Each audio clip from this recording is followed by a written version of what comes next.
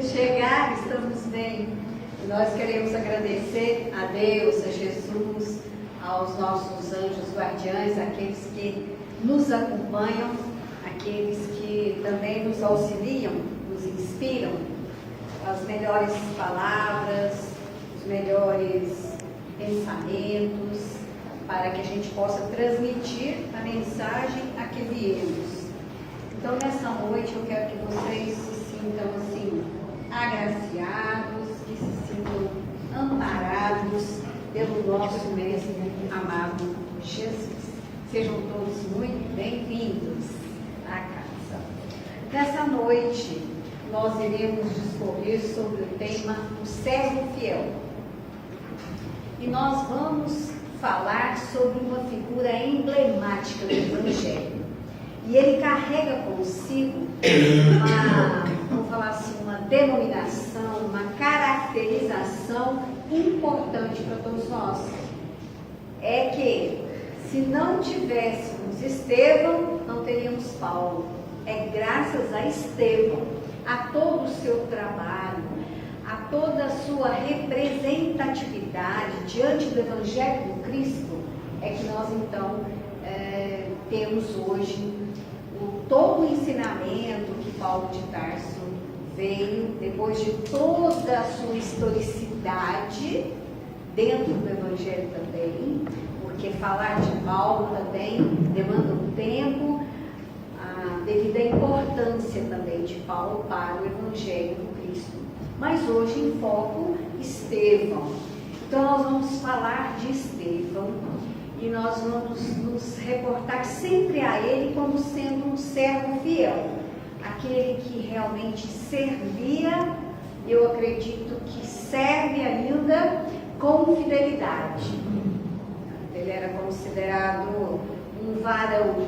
Varão é um homem já adulto, mas um homem de fé, um homem que carregava toda uma diferença nesse sentido, de dar veracidade às palavras do Cristo, de divulgá-las, propagá-las onde quer que ele fosse.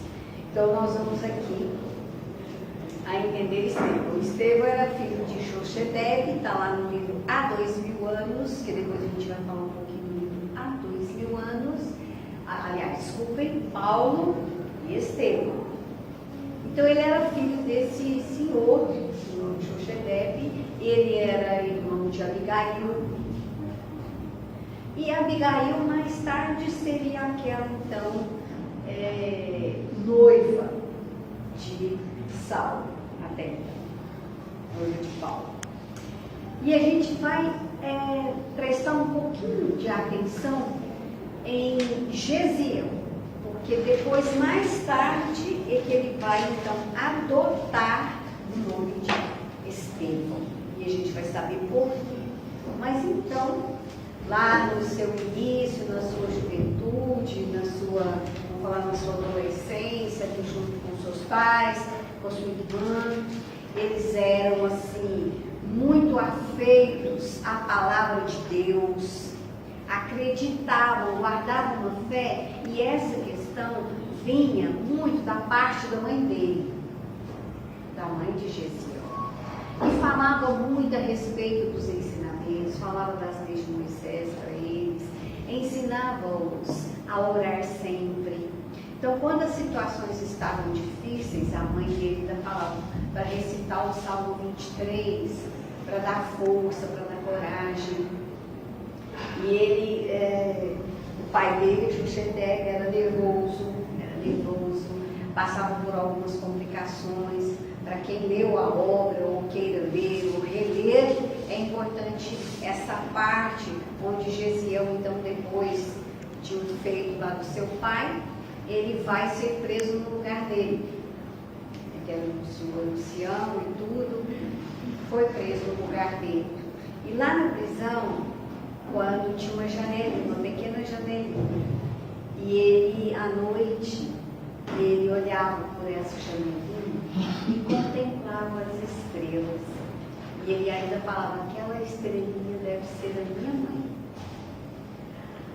Era muito interessante a ligação dele com a mãe, tudo que ele aprendeu, não tocante à fé, à esperança, a palavra de amor, de caridade, realmente, ele teve essa base, vamos falar assim, a gente chama de base evangélica, é dentro do lar.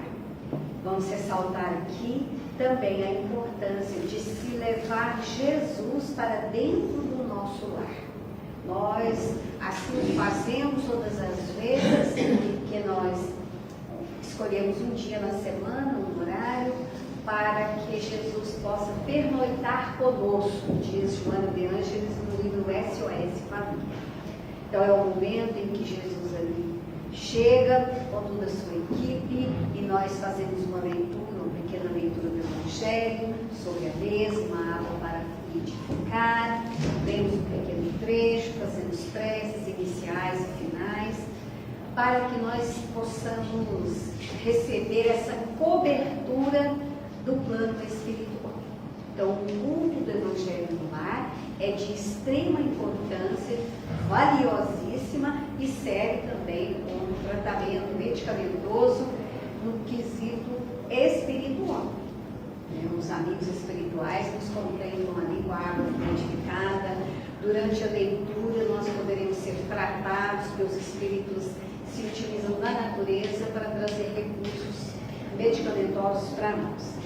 Então, Estevão, ele recebeu todo esse aparato ali dentro da casa dele, vindo especialmente da mãe. Estevão foi o nome adotado por Gesiel, que se converteu ao cristianismo. Então, foi logo depois, mas ao desenrolar da palestra, a gente vai ver por que ele se converteu ao cristianismo. Ele era judeu helenista de Corinto.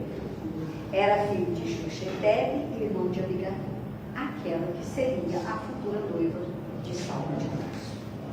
Emmanuel vai dizer na obra Paulo e Estevão, na primeira parte do capítulo 2, que no ano de 34, os judeus que viviam em Corinto, cidade incorporada ao Império Romano, sofreram a tormentada perseguição conduzida pelo pré-cônsul Licínio Nunício. Então, guardem esse nome aqui porque ele é importante para nós. Ele era o pré-cônsul de César, na província de Acaia, que culminou com o assassinato do pai dele, Xoxetebe, prisão e encaminhamento de Gesiel a trabalho forçado nas galés romanas. Então, além de preso, era tido ali então como escravo e teria que trabalhar um trabalho pesado ali nessas galés, mas ele tinha que passar por isso, porque fora preso. Abigail, sua irmã, fugiu para Jerusalém, mantida agora sob a proteção do casal, Zacarias e Ruth, que a adotou como filha, porque a mãe já havia morrido, seu pai também, Gesiel, fora preso, então ela foi para lá ser adotada como filha por esse casal. Também ainda na parte, primeira parte do livro, no capítulo 2. Quando livre do serviço forçado pelo generoso romano Sérgio Paulo, Gesiel chega extremamente enfermo a Jerusalém. Então aqui é que a gente vai tomar conhecimento de tudo que aconteceu com Gesiel. Ele foi preso, foi condenado às galés e depois ele vai entrar no mesmo navio onde estava esse moço, Sérgio Paulo, no mesmo navio. E aí o que acontece? Esse Sérgio Paulo era tido como uma pessoa muito importante, fora tratado com todas as honrarias ali dentro do navio, mas logo após umas semanas ele adoece extremamente sério. Aquelas pústulas purulentas, assim, sangrantes, o acometeram. O médico que estava dentro da embarcação não conseguiu diagnosticar. Mas essa doença, ela já havia sido falada, comentada em cefalópolis. de onde vinha Sérgio Paulo, que ele estava indo para Corinto.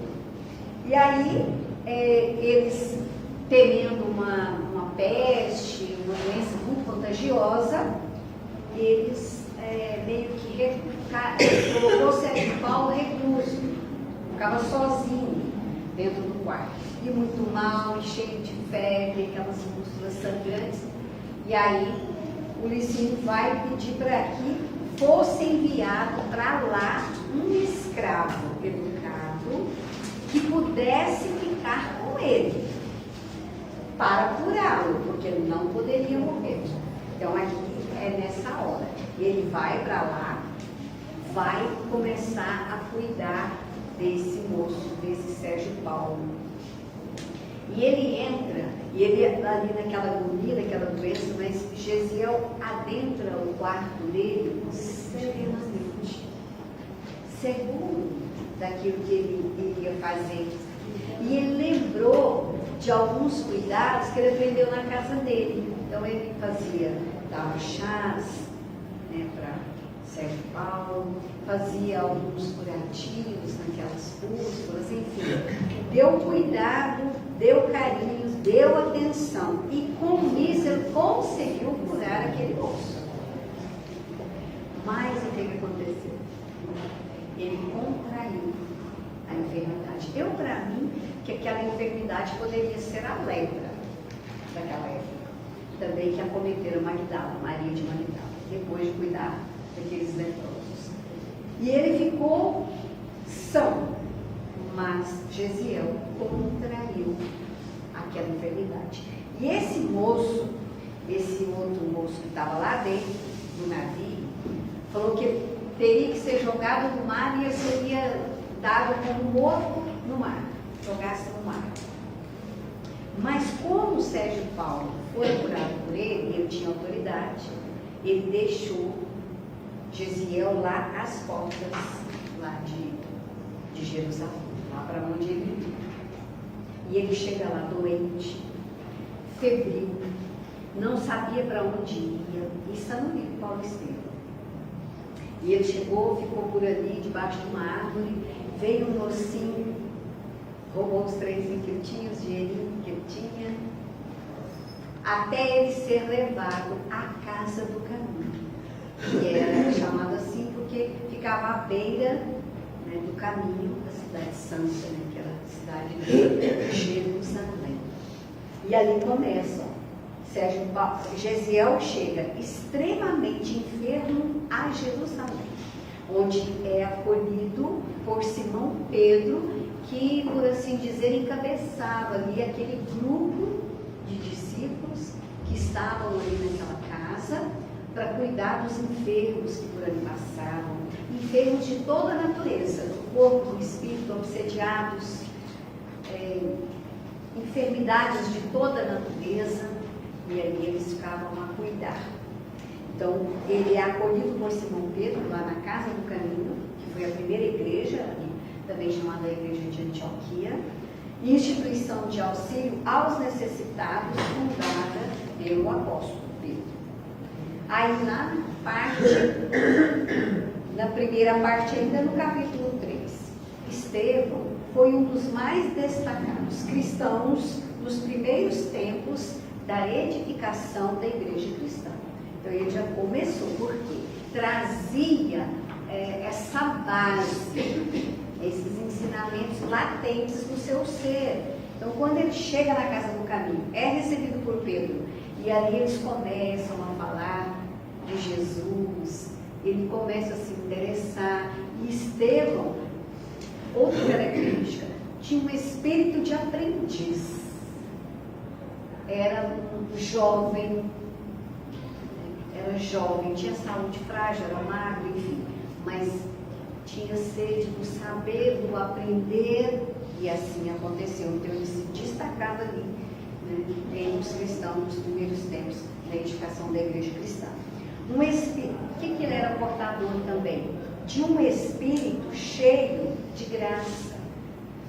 Então era o modo de falar, de acolher, de tratar as pessoas, e isso o diferenciava. Por isso, a humildade, a sabedoria também. Guardava muito conhecimento consigo. Então tinha um espírito cheio de graça e de poder, que operava prodígios e grandes sinais entre o povo. Está lá no livro Atos dos Apóstolos. Mas quem era Estevão, repetir para a gente aprender, judeu helenista, nascido na cidade de Corinto, província de Acaia, dominada pelos romanos. Então essa era a situação, era o cenário. Descendente da tribo de Isacar, Estevão se revelou desde jovem, destacado estudioso das Escrituras, apreciando em especial os ensinamentos de Isaías. Isaías era um profeta muito importante. Isaías, no livro dele, a gente pode ler a seguinte frase: retirarás o pão da terra com o suor do seu rosto. Isaías faz comentário a todos aqueles que creem, são comparados às águias, que elas correm, não se cansam, elas trabalham, não se fatigam. Então ele vai contar a história das águias. Isaías, o livro de Isaías é muito interessante também. E Gesiel era afeito então aos ensinamentos de Isaías, que anunciavam a promessa da vinda do Messias. Era outro ponto importante para ele também, a questão da vinda do Messias. A sua vida, a vida de Gesiel, foi marcada por grandes sacrifícios, por grandes renúncias, sobretudo quando se converteu ao cristianismo. E muitos desses cultos da antiguidade, da historicidade do cristianismo primitivo, a gente deve considerar e guardar em nossas memórias que muita dificuldade foi enfrentada por esses grandes personagens, vamos falar assim. Não foi nada fácil, porque hoje a gente às vezes fica meio sofrido, mesmo por seguir os ensinamentos do Cristo, mesmo por adentrar a uma religião onde tem ali os seus sacrifícios, suas renúncias, mas antes era muito mais. Hoje, os nossos sacrifícios são em torno de trabalhar o nosso egoísmo, a nossa vaidade, a nossa pretensão, mas antes era bem mais os sacrifícios. A partir desse momento, quando ele se converte ao cristianismo, Gesiel rompe definitivamente com as tradições do judaísmo, adotando então o pseudônimo de Estevão, porque quando aquele moço que estava no navio falou para jogar ele ao mar e dar como morto no mar, e que Sérgio Paulo, com a sua autoridade, levou ele até a cidade para que ele pudesse ali continuar, ali ele vai adotar o nome de Estevão, o nome romano, para ficar mais fácil para ele poder se dirigir dali para frente, cuidar da sua vida dali para frente. Então ele adota esse pseudônimo de Estevão, o primeiro mártir do movimento cristão. Porque a gente sabe por que ele se tornou mártir. Porque ele foi apedrejado a mão de Paulo de Tarso, que não sabia até então quem era Estevão, o que representaria Estevão na sua vida. Porque só no momento do apedrejamento que ele soube que ele era irmão de Abigail, que ela estava ali. E depois, quando Estevão desencarna, ele não abandonou Paulo de Tarso em nenhum momento da sua vida. Inclusive as cartas que Paulo escrevia às igrejas, elas foram inspiradas, a pedido de Jesus, para Estevão que acompanhasse Paulo de Tarso em toda a sua tarefa.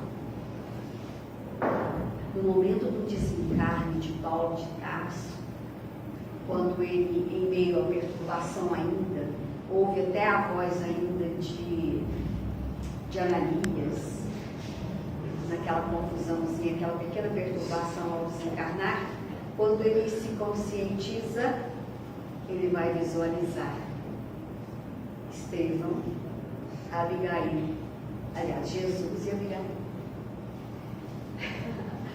E no momento que ele veio, ele queria correr e abraçar Abigail, mas por respeito a Jesus, eu abraçou Jesus.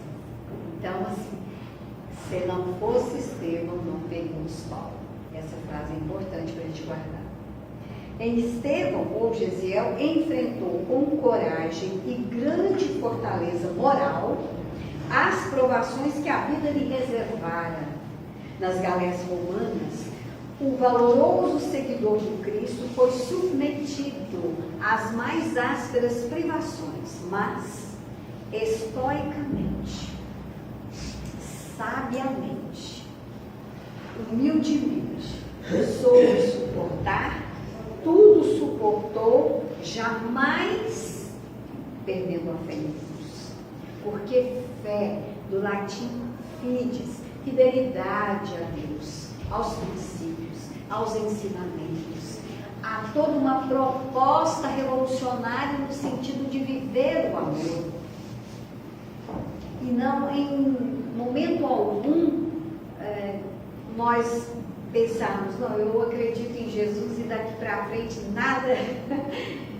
E as provas que se nos vêm, elas vão ser, vamos falar assim, assessoradas por Jesus, por toda uma equipe socorrista de espíritos que nos avalizaram no momento do reencarne, o anjo de guarda, o familiar, o amigo espiritual, toda essa equipe estão aí para nos dar o apoio. Mas Gesiel suportou estoicamente, sabiamente, porque guardava fé em Deus.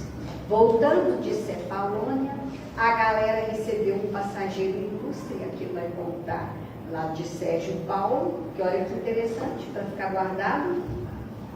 Sérgio Paulo, que se dirigia para a cidade de Sítio. Dada a importância, ali trazia uma comissão de natureza política, que era o que acompanhava. Dada a importância do seu nome, Sérgio Paulo, e o caráter oficial da missão a ele cometida, conferida, o comandante Sérvio Carbo. Esse moço aqui é que falou para jogar Gesiel no mar, para que ele fosse tido como morto no mar. Era esse o nome aqui. Então, ele, Sérgio Carbo, ele reservou os melhores aposentos, tudo para Sérgio Paulo. Então, a gente já comentou. Adoeceu, o médico não conseguiu, aqui, né? O comandante preocupado, ficou receoso, a gente já comentou, né? Então, outra coisa importante, ele, Gesiel, ficou ali em meio àquela situação. Então, o feitor vai designar ele para cuidar, né? E ele cuidou daquele romano, como eu disse aqui, com a maior dedicação, e ele, nesse ato de cuidar dele, ele cativou, vamos falar assim, o coração daquele moço, né, do Sérgio Paulo. E outra coisa, o nome de Gesiel, Estevão, vem do grego Stéphanos, que significa coroa. Uma coroa que ele trazia, vamos supor assim, do martírio. Ele adquiriu aí vamos falar assim, um certo respeito por isso. Então fica aí, é um símbolo, né, imortal aí dessa salvação. Muito que Gesiel disse, eles eram cativos do erro, mas seu sangue nos libertou. Ele fala do sangue do Cristo. Depois ele começou a falar dos ensinamentos de Jesus com uma propriedade que as pessoas, quando ouviam Gesiel nas suas preleções, ficavam assim, estupefatos, porque a sabedoria, e uma coisa também que incomodava muito Paulo na figura de Estevão, era o olhar de Estevão. O olhar de Estevão era sereno, era de uma calmaria interessante. E as pessoas, quando o ouviam, elas fixavam. Era como se o olhar de Estevão guardasse em si um magnetismo e que atraía, e que confortava, e que consolava. Eu até trouxe aqui depois para a gente finalizar aqui. Então ele vai falar que na vida e na morte, nas alegrias de Caná, como nas angústias do Calvário, pelo que fez e por tudo que deixou de fazer em sua gloriosa passagem pela terra, isso Gisele falando de Jesus, ele é o Filho de Deus, iluminando o caminho. Amados, onde andarão aquelas ovelhas que não souberam ou não puderam esperar?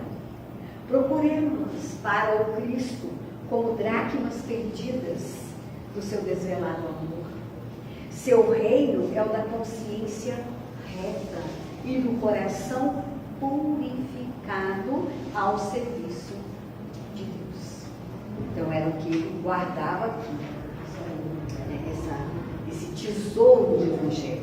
Somente o seu Evangelho, continua ele falando dos ensinamentos de Jesus. Somente o seu Evangelho confere paz, confere liberdade. É o tesouro do mundo.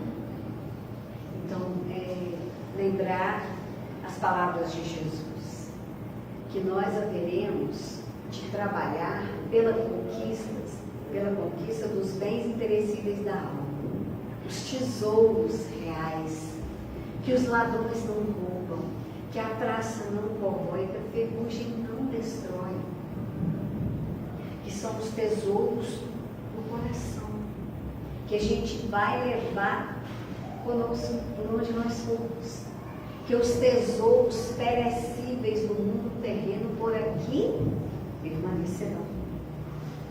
Então, os tesouros imperecíveis da alma. Então, ele fala que o Evangelho é o tesouro do mundo. Quando nós conseguirmos a vivência real do Evangelho, nós estaremos numa terra mais segura, uma vivência mais segura, mas falta-nos ainda a vivência do Evangelho, esse trabalho em torno da melhoria de nós mesmos espiritualmente falando, evangelicamente falando. Então, em sua glória, continua estendendo, em sua glória sublime, os justos encontrarão a coroa do triunfo. Os infortunados, o que eles vão encontrar? O consolo. Os tristes, a fortaleza do bom ânimo. Os pecadores, a senda redentora dos resgates misericordiosos. Então, muitas vezes, em trazendo Jesus para a nossa intimidade, mesmo que estejamos a resgatar um passado tenebroso, escabroso, mas com Jesus, com a oração, com o amor sempre vigente, haveremos de angariar recursos internos para que isso possa ser vivido e na presença do Cristo, para dar a força necessária. Vinde, pois, comungar conosco à mesa do banquete divino. Isso tudo faz parte da preleção de Estevão, que todos ficaram maravilhados para ouvir. Não mais as festas, olha como ele se refere, do pão putrescível. Aí me lembrei da frase de Jesus: eu sou o pão da vida. Ou seja, aquele que quer realmente se nutrir na existência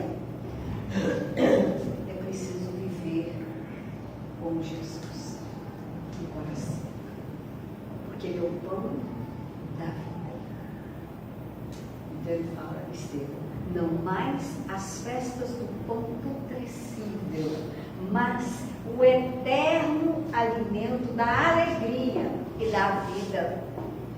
Não mais o vinho que fermenta. Às vezes fermenta e perde o gosto.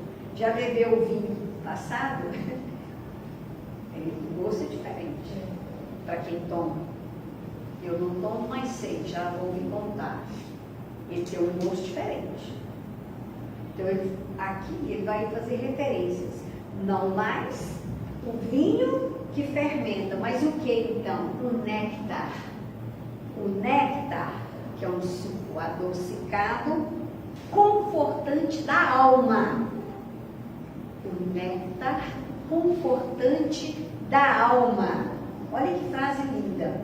Diluído nos perfumes do amor imortal. Isso não é poético? Isso é de uma sabedoria, de uma inspiração que vinha do alto. Quando Paulo dizia assim, que ele, assim que ele já tinha avançado um tanto mais, ele falou, eu não sei se sou eu que vivo em Cristo, se é o Cristo que vive em mim. Então parece que Estevão, ele era assim, ele trazia o Cristo imanente com ele. Olha que algo divino para ele falar tão maravilhosamente. Ele dizia, não mais o vinho que fermenta, mas o néctar que é confortante da alma, para a alma, e é diluído nos perfumes do amor imortal. Olha como ele vai falando sobre o Cristo. O Cristo é a substância da nossa liberdade. Em Jesus somos livres. E ele dizia, conhece-te a ti mesmo, conhece a verdade, e a verdade vos fará livres. Livres em Jesus, porque você pode se dirigir pela existência com mais segurança quando você traz Jesus para si. Então, em Cristo, somos livres. O Cristo é a substância da nossa liberdade. Dia virá em que seu reino abrangerá os filhos do Oriente e do Ocidente, num amplexo de fraternidade e luz. Essa é a proposta. Que nós, todos, a humanidade como um todo, possamos nos dar as mãos num amplexo, num conjunto de fraternidade real. Porque é o que Deus espera de nós. Que nós possamos nos unir para nos sentir verdadeiramente como sendo irmãos uns dos outros. Que as diferenças religiosas, de facções outras, não sejam motivo de separatividade, porque em Jesus somos todos iguais. Não tem jeito. Mas por que ainda não estamos, então? Porque ainda não o trouxemos para a intimidade muitos de nós outros. Mas a luta continua. É uma luta abençoada, em que todos somos convidados a dar a nossa cota de contribuição. No sentido de falar no bem, de falar no amor, na caridade, de viver. Muitas vezes é difícil a vivência, mas é ela que nos facultará esse grande acontecimento. Dia virá, em que seu reino, porque quando Jesus disse meu reino não é desse mundo, porque o reino de Jesus é um reino de paz, e não é um reino fora, é um reino dentro, não é um reino composto por reis de igrejas de pedra, mas o santuário divino existente dentro de cada criatura. É ali que Jesus quer reinar, viver conosco na intimidade. É sempre nós pensarmos diante da situação, e se fosse Jesus, como faria? E naquele momento, rogar a Ele proteção, alívio, sabedoria. Então, um dia virá em que seu reino abrangerá filhos do Oriente e do Ocidente num amplexo de fraternidade e luz. Então, aí, compreenderemos que o Evangelho é a resposta de Deus aos nossos apelos em face da lei de Moisés.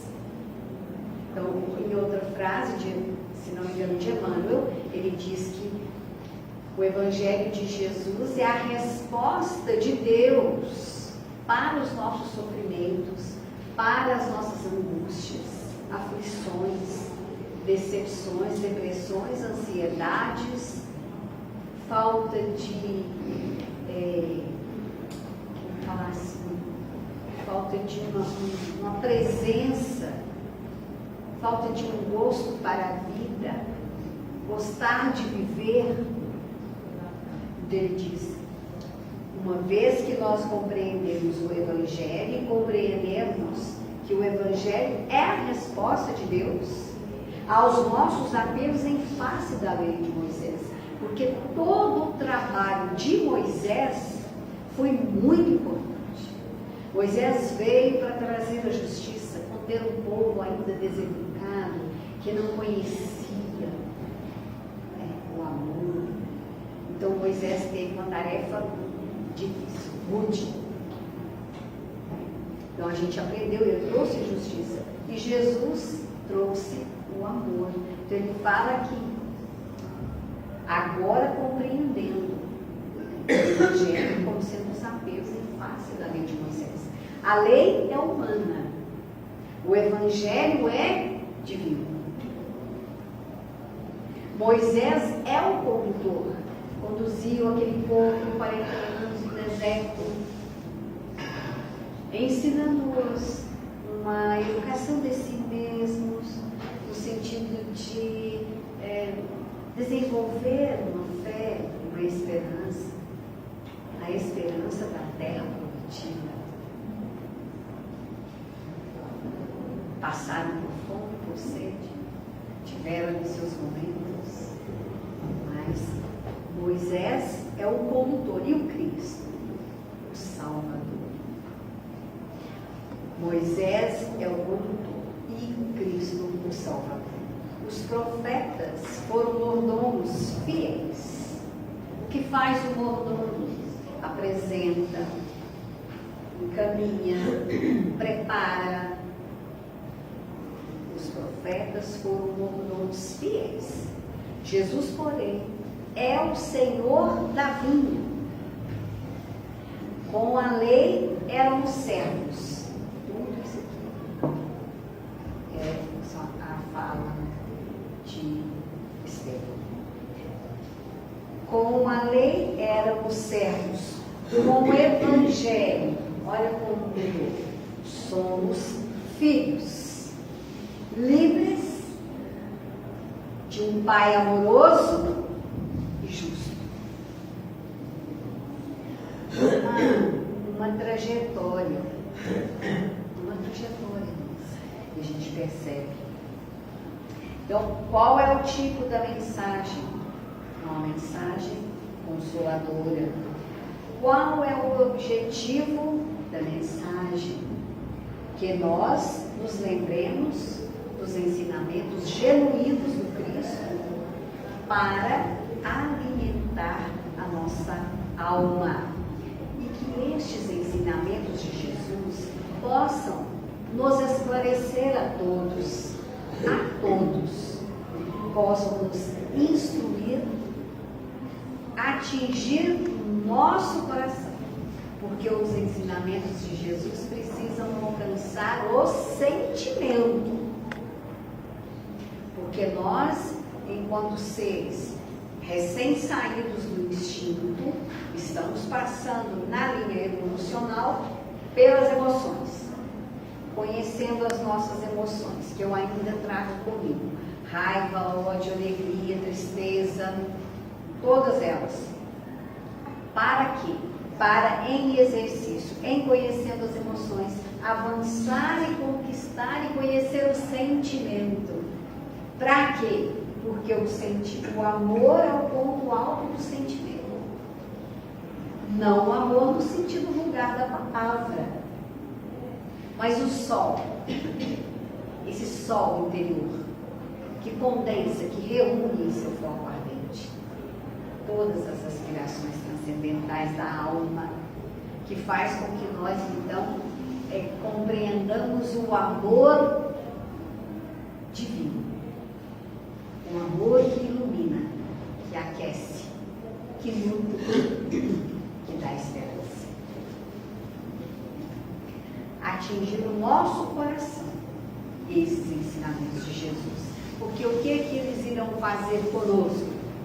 Vão se transformar em bagagem para cada um de nós aqui, enquanto espíritos viajores do universo, seguindo a sua linha de evolução. Significa uma transformação desses ensinamentos no piso para o nosso crescimento. Por quê?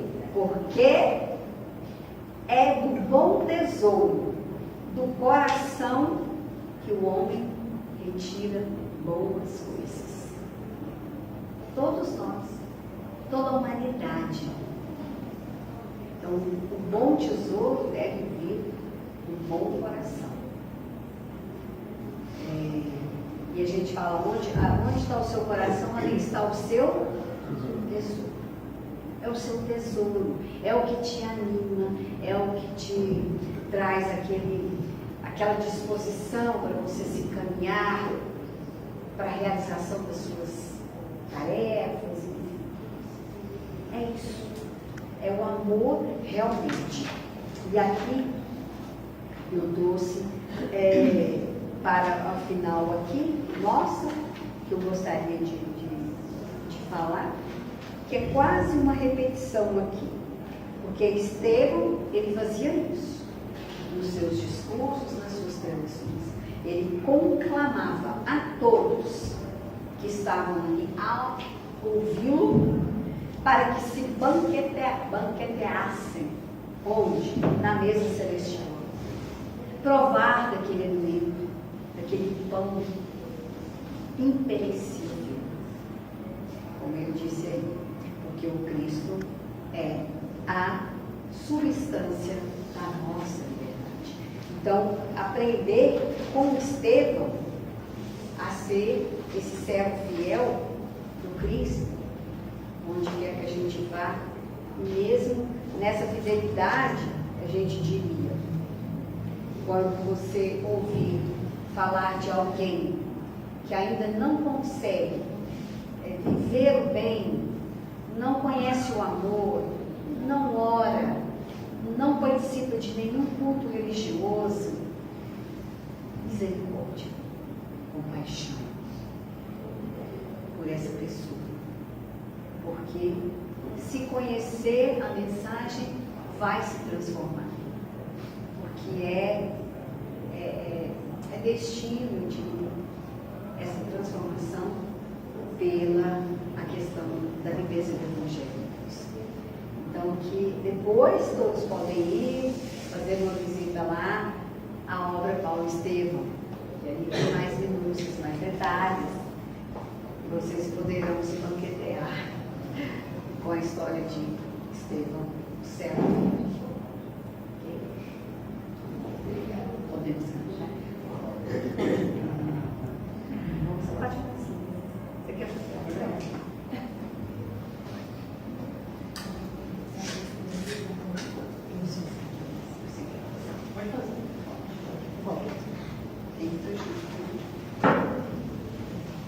Então, meus irmãos, meus amigos, companheiros de ideal espírita,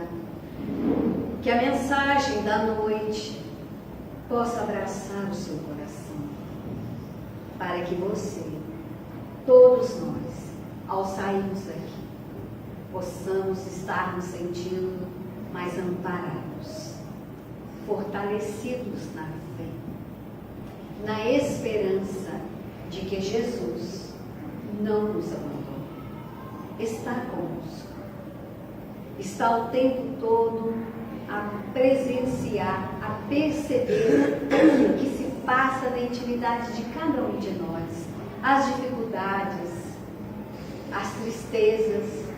Por isso, Mestre, nós aqui estamos e lhe entregamos o nosso coração, para que o Senhor venha fazer moradia ali, trazendo mais calma para nós, mais serenidade, sabedoria para a administração de dias difíceis, os dias vindouros, aqueles que estão ainda para chegar.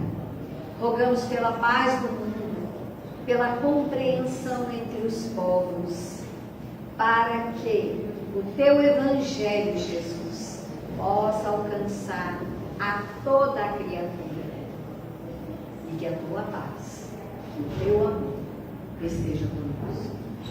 Impossível é o nome da canção. Olho em tudo e sempre encontro a ti. Estás no céu, na terra, onde for. Em tudo que lhe acontece eu vejo teu amor. Já não se pode mais viver sem crer no teu amor. É impossível não crer em ti, é impossível não te encontrar, é impossível não fazer de ti meu ideal. É impossível não crer em ti, é impossível não te encontrar, é impossível